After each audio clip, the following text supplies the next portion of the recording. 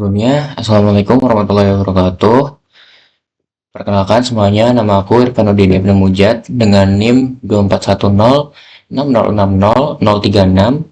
mahasiswa program studi Teknik Industri semester 3, dan yang dimana di sini aku akan menjelaskan mengenai tugas praktikum pemrograman komputer modul 6, yakni modul untuk SQL atau juga bisa disebut dengan database.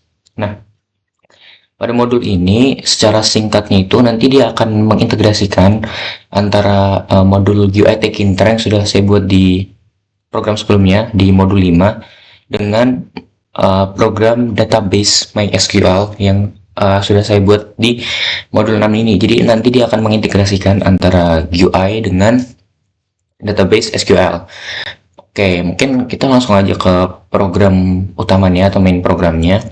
Di sini saya itu tidak melakukan banyak perubahan dari program yang sudah saya buat di modul 5 kemarin mengenai GUI itu. Jadi saya tidak banyak membuat perubahan. Mungkin untuk GUI-nya saya hanya ubah di bagian button-nya karena saya menambahkan button yang baru, komen yang baru, dua komen yang baru. Jadi untuk simpan database dan juga untuk menampilkan data yang mana sebelumnya itu di modul yang sebelumnya untuk simpan database itu saya menyimpannya di Excel, sedangkan untuk yang sekarang ini karena sudah menggunakan database maka disimpannya di dalam database yang SQL.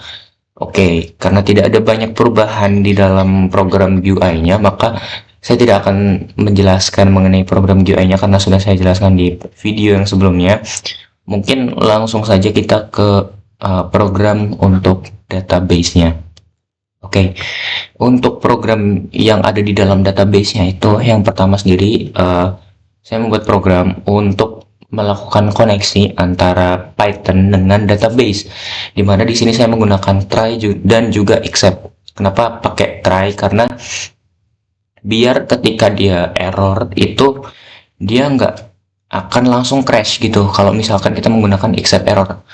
Jadi dia nanti ketika dia error maka dia akan menampilkan ini, kamu belum bisa connect ke database kamu, kemudian akan ditampilkan kenapa alasannya belum bisa connect seperti itu. Jadi kalau misalkan nggak pakai try itu nanti ketika dia nggak bisa connect ke database dia akan langsung crash aja gitu programnya. Jadi makanya saya buat pakai try dan juga except error.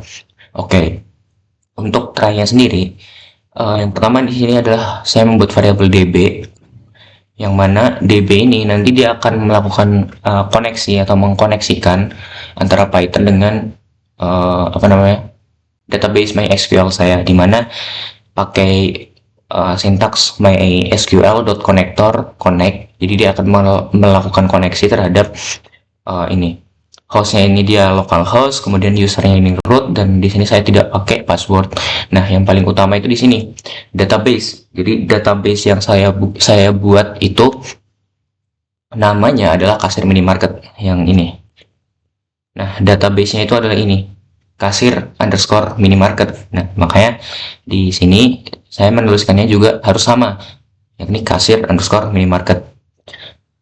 Kemudian kursor db.cursor. Nah, kursor ini buat apa? Kursor ini tujuannya itu untuk istilahnya tuh mungkin sebagai gampangannya itu sebagai jembatan antara program GUI dengan si SQL. Jadi menjembatani agar dia bisa melakukan perintah-perintah di Python-nya ini. Jadi Python kita memasukkan perintah di Python, kemudian agar dia bisa langsung terhubung atau ya ini ya bisa terhubung ke dalam si SQL-nya, si perintahnya tadi. Nah, ketika dia sudah sukses untuk terkonek, maka nanti di sini akan muncul tampilan yes, kamu udah connect ke database seperti itu. Sedangkan ketika dia tadi belum connect ataupun error, kayak di sini saya pakai except error, dia akan menampilkan f-string yang mana di sini ada tulisan kamu belum bisa connect ke database kamu, dan dia akan menampilkan errornya itu kenapa seperti itu. Kemudian di sini setelah kita menghubungkan dia dengan database, maka di sini kita buat fungsi CRUD atau read, update, dan juga delete. Walaupun di dalam program saya ini saya tidak membuat semua program CRUD. Di sini saya cuma buat dua, yakni create dan juga read. Nah, untuk create sendiri ini namanya bukan create ya. Kalau di sini saya hanya menyimpan ke dalam database, tapi kurang lebih fungsinya itu sama kayak create.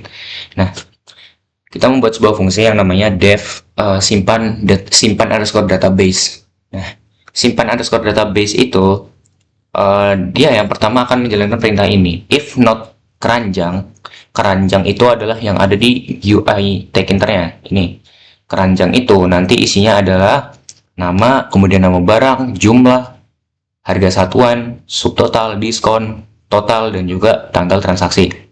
Nah, balik lagi ke programnya. Jadi, ketika kita belum memasukkan apa-apa ke keranjang, atau if not in keranjang, maka dia akan menampilkan ini. Ninu, datamu kosong, wo. Isikan dulu datamu itu. Nah, saya menampilkannya di sini pakai sebuah message box. Jadi nanti di dalam GUI-nya itu dia akan muncul seperti ini. Ninu, datamu kosong, wo. Isi dulu datamu itu. Jadi dia kalau misalkan belum ada data transaksinya itu, dia tidak akan bisa langsung menyimpan ke dalam file database-nya, ke dalam query database-nya.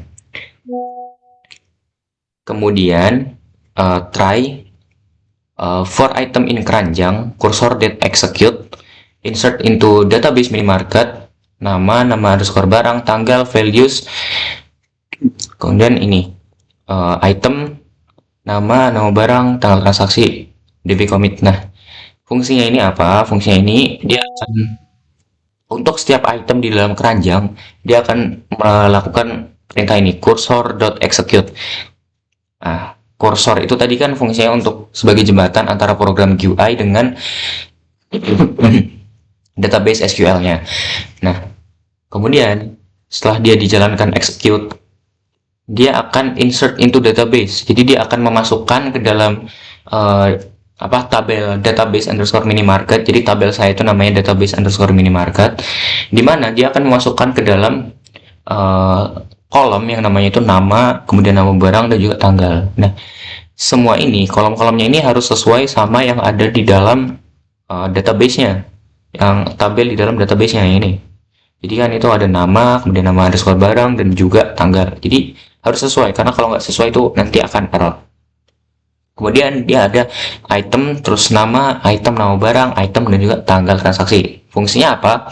Fungsinya itu untuk memasukkan si item yang dari keranjang tadi, yang ada nama, kemudian nama barang, dan juga tanggal transaksi ke dalam kolom di SQL yang namanya itu adalah nama, kemudian nama underscore barang, dan juga tanggal.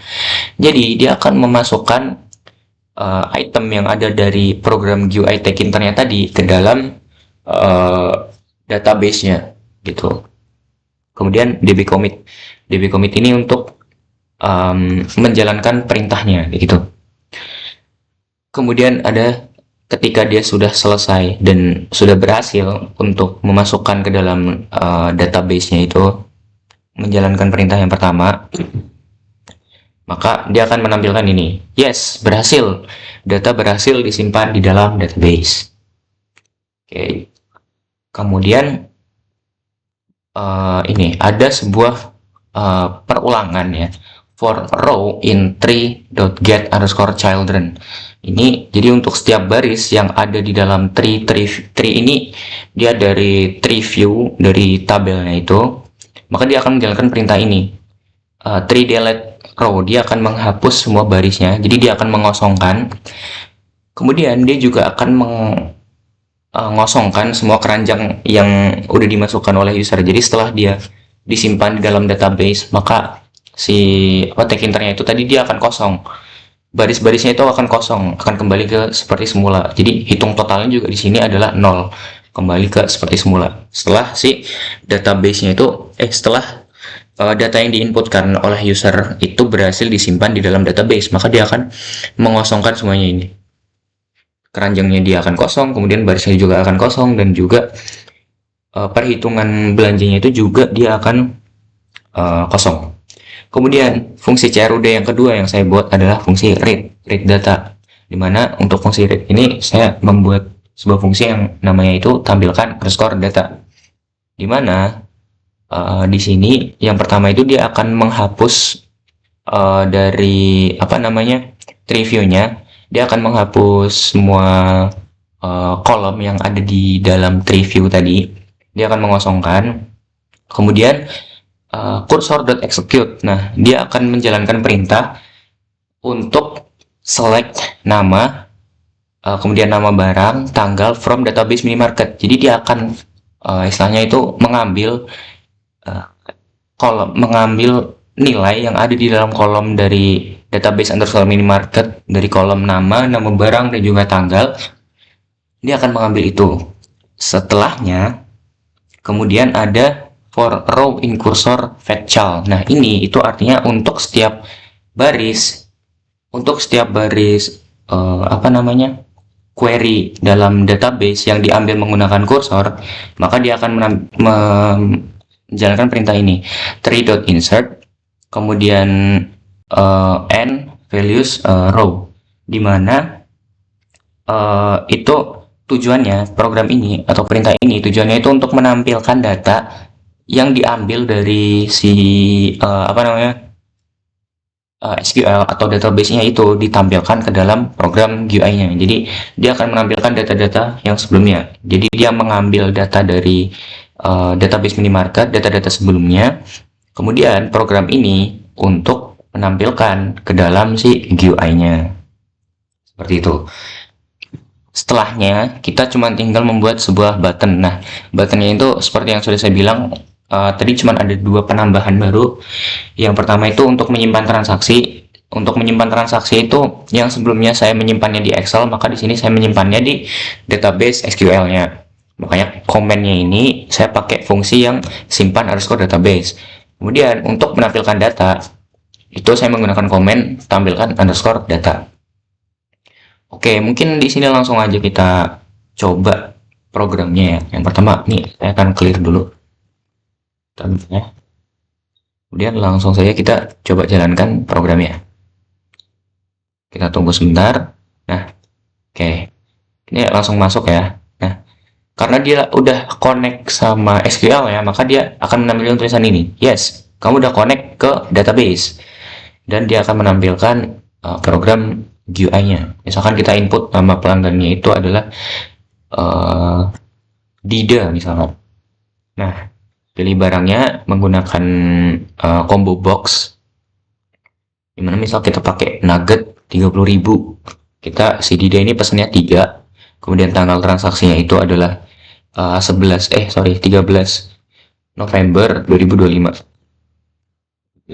Nah, dia kemudian kita pakai fungsi tambah menu untuk memasukkan ke dalam si tabel tree view-nya ini yang ada di GUI Tkinter. Dia akan tampil di sini beserta dengan total harga belanja yang udah kena diskonnya. Kemudian untuk menyimpan transaksi itu kita pakai tombol ini, simpan transaksi.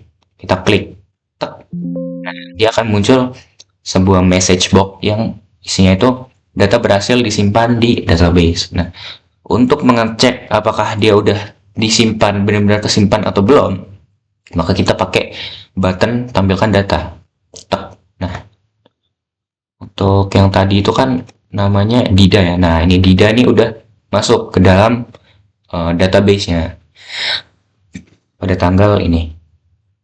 Oke, mungkin itu saja yang bisa saya sampaikan. Kurang lebihnya mohon maaf. Wassalamualaikum warahmatullahi wabarakatuh.